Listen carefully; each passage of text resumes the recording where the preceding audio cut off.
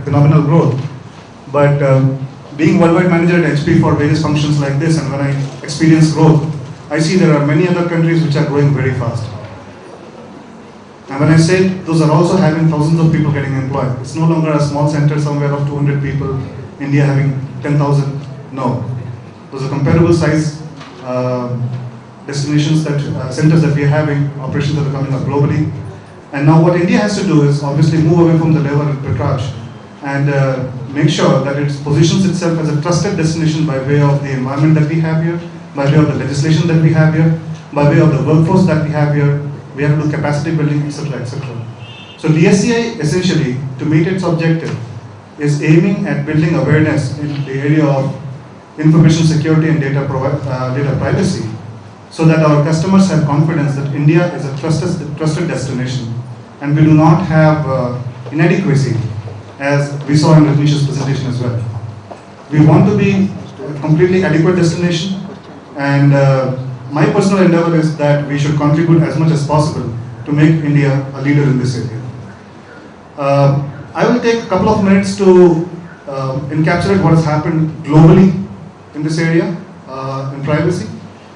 I don't know, if you want I can talk about that later, if you want I can talk about it now. But there's some interesting topics on, okay, so I'll go ahead right now. If you look at genesis of privacy, it's very interesting. Of course, privacy has been practiced in some shape or form worldwide. But as far as laws are concerned, their evolution has been very interesting.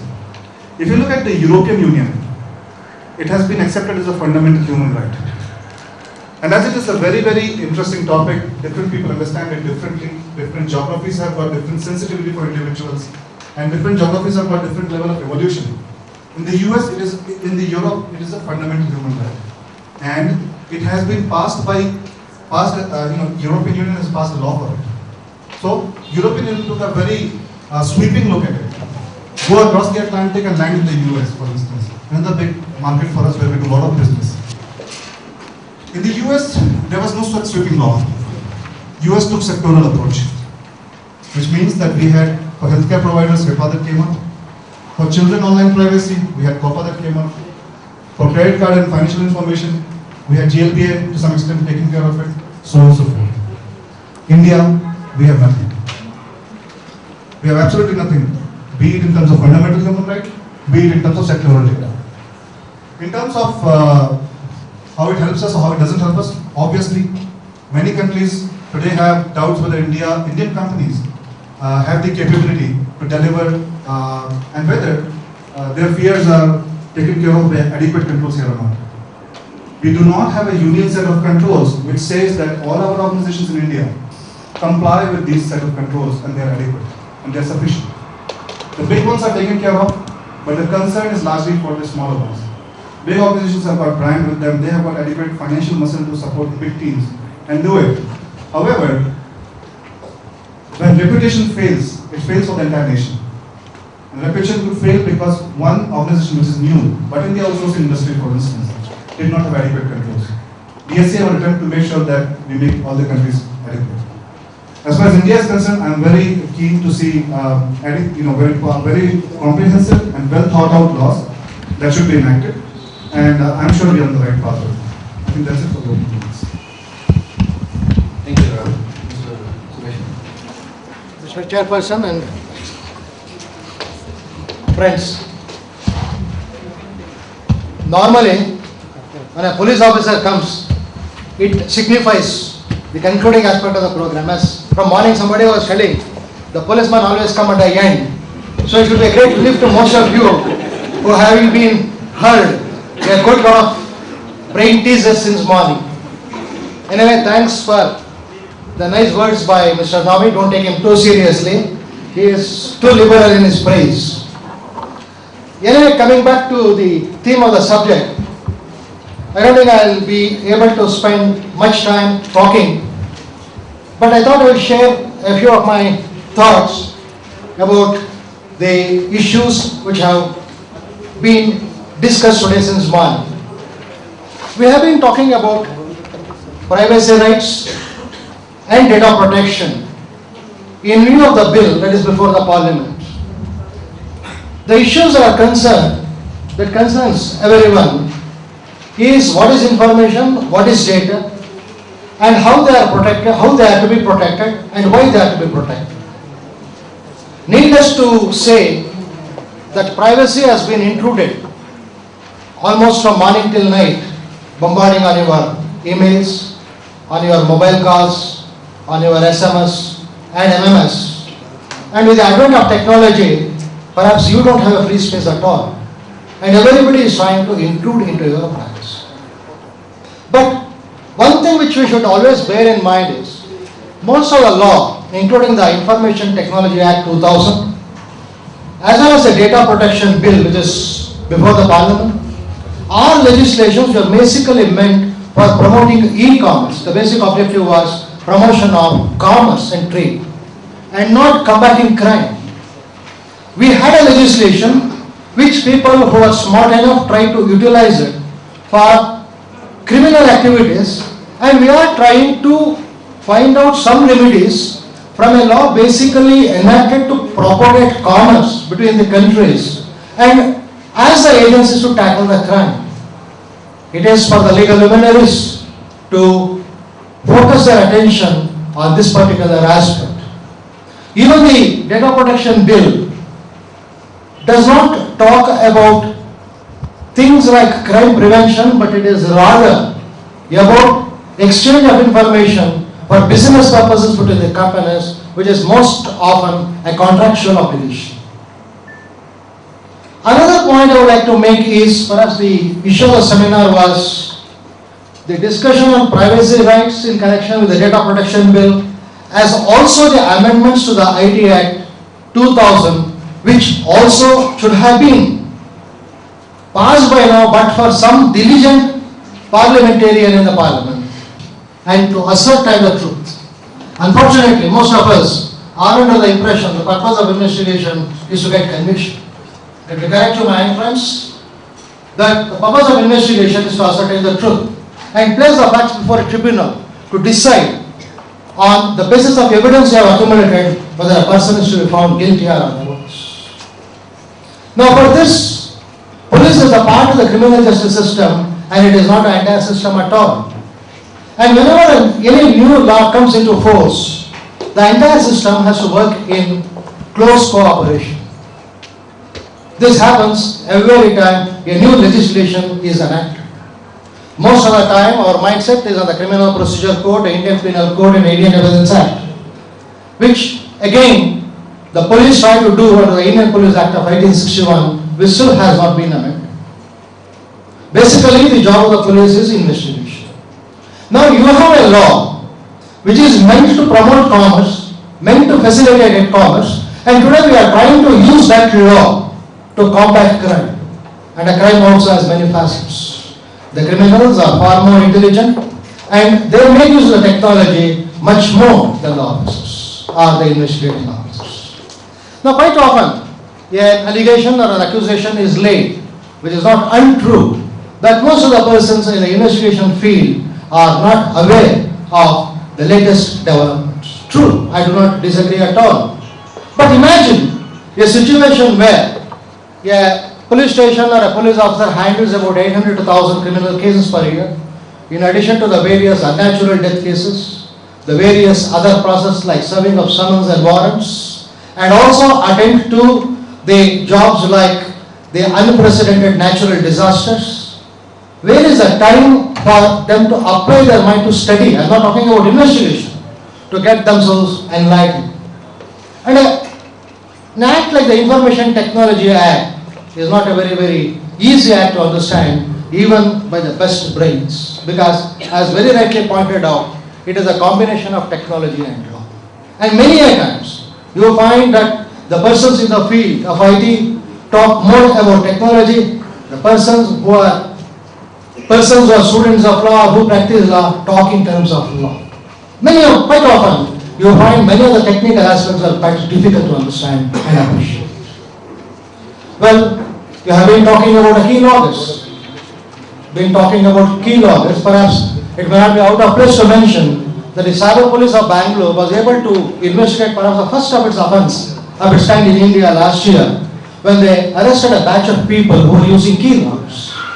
What Mr. Nami and others have been actually propagating is creating more and more of awareness to the citizens rather than blame the investigating agencies. Investigating agencies definitely have to play a very, very important role. They have to be updated, but they have to be trained. A policeman on an average is supposed to know about more than 400 laws in this country. Let me say, even the legal professionals, those of you who practice, may not practice all the 400 laws. You may have to study again and again. Even if you are practicing a civil law, you take a particular issue. If you take a banking law, you take a particular issue. If you take criminal law, you take a particular issue. But here you have a common man with all fields. You expect him to give wisdom, have wisdom of a Solomon, and then sort out all the evils of the society. Are we fair? And we all talk about a distrust in the system. We talk about a quota, which is no longer on the statute book. We have the Unlawful Activities Prevention Act. We talk about terrorism. The terrorists using the cyberspace. There are a lot of frauds happening on the cyberspace, like the Nigerian scam. There have been a lot of incidents of phishing.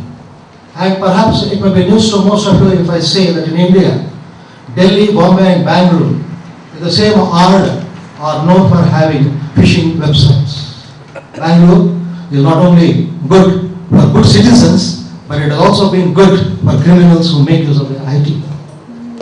And we have been talking about cyberspace. We have been talking about netizens and their rights. But whenever we talk about rights, are we somewhere talking about the duties which everybody has to perform?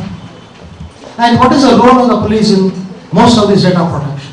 The data protection gives certain proviso under section 3 for the police officers for purposes of prevention and detection of offences and for the prosecution of offenders. The policeman can intrude into the privacy. But when you intrude into the privacy of a person, his rights also are to be respected and protected. It should not so happen that a policeman who is getting this data should himself not give it out, as happened in some of the neighboring states where there were fake cyber police officers who were trying to sell the information. So we are treading into a very, very dangerous situation. Whatever we see in the real world, the real crimes are on the cyberspace as well. There have been a lot of pornographic activity. The Information Technology Act speaks only about 2 or 3 sections, and it is one of the acts which combines both civil and criminal remedy. Let me ask you a blunt question, that if an industry sustains loss because of any of this, are they interested in sending the criminal to the jail or making good their losses? I am sure most of the persons would like to make good their losses and not sending the criminal to the jail. Perhaps these are issues which need to be debated. Finally, I would also try to mention that we are talking about the police, we are talking about a confession to the police. We draw so many things from the UK. Even the Data Protection Act 1984 UK appears to be the base model on which our data protection bill is based. By and large, most of the UK law and the UK judgments, the English court judgments, have a bearing on our judicial system. We adopt everything except the Evidence Act, which under the English law makes confession made to a police officer admissible in evidence, whereas in India, we do not want to trust our own officers. We never want to accept that change. When somebody tries to bring an amendment to some of the laws telling at a senior level confession should be allowed, the confession made before a police officer is admissible, there is always a hue and cry that the police will misuse. My friends, I would only say, trust begets trust. And if you don't trust an agency, how can you expect trust? It is a mutual thing. The police and the society should act in coordination. There is no point in blaming each other. Or there is no point in blaming the system, because the system is made of the individuals. From this point of view, you should think of the various legislations. See the amendment to the IT Act, which totally takes out a section where the powers of the police officer are there. The IT Act, in its wisdom, the IT Act 2000 said, a deputy superintendent of police, an officer of and above the rank of deputy superintendent police, can enter, search and seize wherever any offence under the IT Act is suspected to have been committed. So the whole section has been deleted. Is it because of the giants in the industry who have a very, very powerful influence on the government of India? Things which are not discussed at all? Is that the reason? Then how do you expect the police to investigate such offences if we take out these powers? Maybe these are issues which are not very palatable, which are not very, very comfortable, more so when it is posed by the police. Unfortunately, the police in this country cannot open up. I cannot openly say many of these things I would not have said if I were in service. So try to appreciate and understand the difficulties under which the policemen work. Many of them, even at a constabulary level, are all persons who are well versed in computers. But the application of law is something. If you read the IT law, I don't think, at least as far as I am concerned, even having seen the IT Act 2000, even when it was the bill state when I was in service, where it was circulated to us for comments, it took a long time for me to understand several other terminologies, because it involves a lot of technical knowledge which one has to require. You expect a policeman to understand all the technicalities amidst his work. That necessarily means a lot of training has to be given at the initial stage. And IT Act 2000 has been in force only from 2000. Imagine a situation where, when I was in Bangalore City as Additional Commissioner of Police, I had to handle, in the absence of a law, the theft of passwords. There was no law. What could we do? There were instances where I had instructed my officers, in fact, I may say so, that one of the first cases in the cybercrime in Bangalore City was registered in Jayanagar Police much before the IT Act under the Indian Penal Code for theft of password and also for cheating. I said, let the court decide. You register a case. Let not somebody say that they don't have a police where they cannot investigate cases. Though I was found fault with by many of my senior officers for getting a case registered when there was no law on the subject. Now these are the predicaments under which the police had to work. Now suppose I enter into a premises for purposes of investigation. What is the legal remedy I have if somebody claims that his human right has been violated? This is where a right balance, which has been stressed since morning, between the various agencies, the industry, the law, the government, have to be thought of. Police is also a part of the government. Police cannot be blamed for using 303 because we are not interested in having AK-47 and killing thousands of people like terrorists. Very often a remark is made, the police are still using 303. It is not my fault. If you give me 303, I use it. And I am not a person.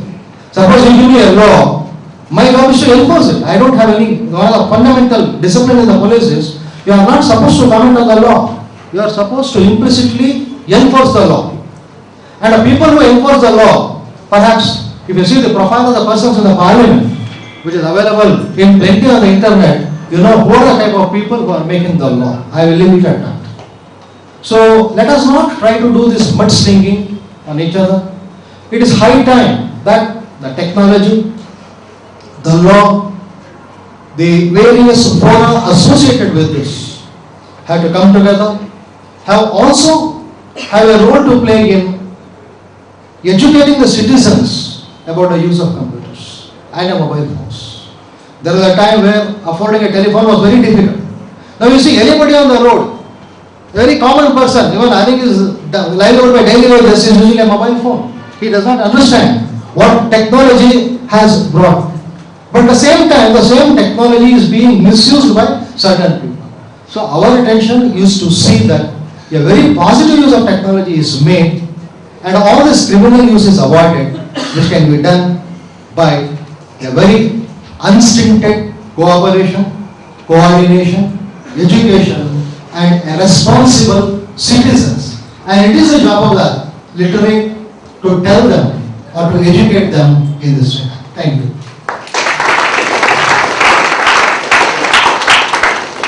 Thank you, Mr. Suresh Babu. Yes, very effectively put forth the views as a police officer. I'm sure that most of you would appreciate the sense of commitment. And when he says that trust begets trust, so it is for us when we are talking of privacy and giving exceptions that police or for law enforcement purposes privacy can be free. the question comes, then what are the checks and balances? And I am sure if proper checks and balances are built into the system, there are police officers who can adequately secure the information which they obtain by the right of law. We have started receiving some questions. I have here one from Mr. B. Santosh Kumar, Manager Compliance of AIMS at Bangalore. One of the things he has pointed out here is a suggestion that awareness regarding privacy is very much necessary and can be implemented by way of a code of conduct for the industry. In fact, one of the points which I have also pointed out in the at the end of the material which I have given, some points which have immediately come to our mind about what suggestions we can give for PDPA. One of the things is any organization which has got something to do with privacy has to actually provide what may be called as a privacy practice statement. They should first tell the public, this is what I am collecting from you, this is how I want to use it, etc., etc. Then only the consent of the person is likely to be of value. The Act today perhaps says that information can be disclosed only on consent. But when the information is obtained itself, the person should know what is the policy under which some organization is taking the information. I think that is a suggestion which he has made. And definitely this awareness is always an issue whenever new law comes. And who has to create this awareness is the next question. Same thing I have been battling for the last 8-10 years on the Information Technology Act, cyber law awareness. Government has still not invested enough money on creating cyber law awareness. Industries still need to do it.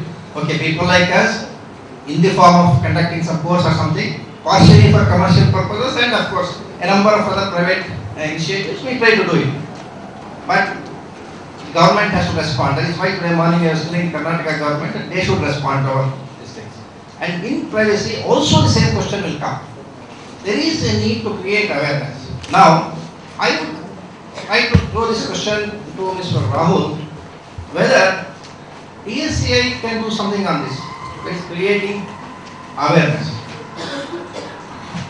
Excellent. Thank you so much. I think that is something that DSCI is definitely going to do. In fact, we are intending to have a mega event in January in Bangalore. Before I go ahead, let me tell you that DSCI got registered under Section 25 only a few months back. So it came into existence as a non-for-profit organization only a few months back. And I took on this additional responsibility of DSCI convener only a month back. So I do not have all the details. We are having discussions right now, but what we have agreed for is that we will now go forward and start building capacity in industry. What we have done, and I can actually share that, is that in our preliminary meetings for DSCI, in fact Navi was also part of that meeting, we have started forming what we call as special interest groups. So in the special interest groups, what we are trying to do is, we have different people who are interested in the area of, say, wireless security. Somebody might be interested in encryption. Somebody might be interested in cyber laws. Somebody else might be interested in, say, even technical matters. There is an SIG on security metrics, so on and so forth. So right now it's at a conceptual stage, but what we are attempting to do is make sure that we have an event in Bangalore, which is a great event, and which sets the tone for DSCI events to come in future. This is my first opportunity to actually announce DSCI in public forum. In fact, I have a letter here with me from the CEO of DSCI, in which I have been invited to come to Hyderabad in December, wherein we are going to announce the launch of DSCI Bangalore chapter. So these are baby steps we are taking, but the intent is clearly, and it's written in the mail from the CEO of DSCI, Mr. Dr. Bajaj, is that capacity building and certification for IS professionals and education and research programs are what we will focus on. So definitely, Navi, we are looking forward to building more awareness and capacity in industry. Thank you.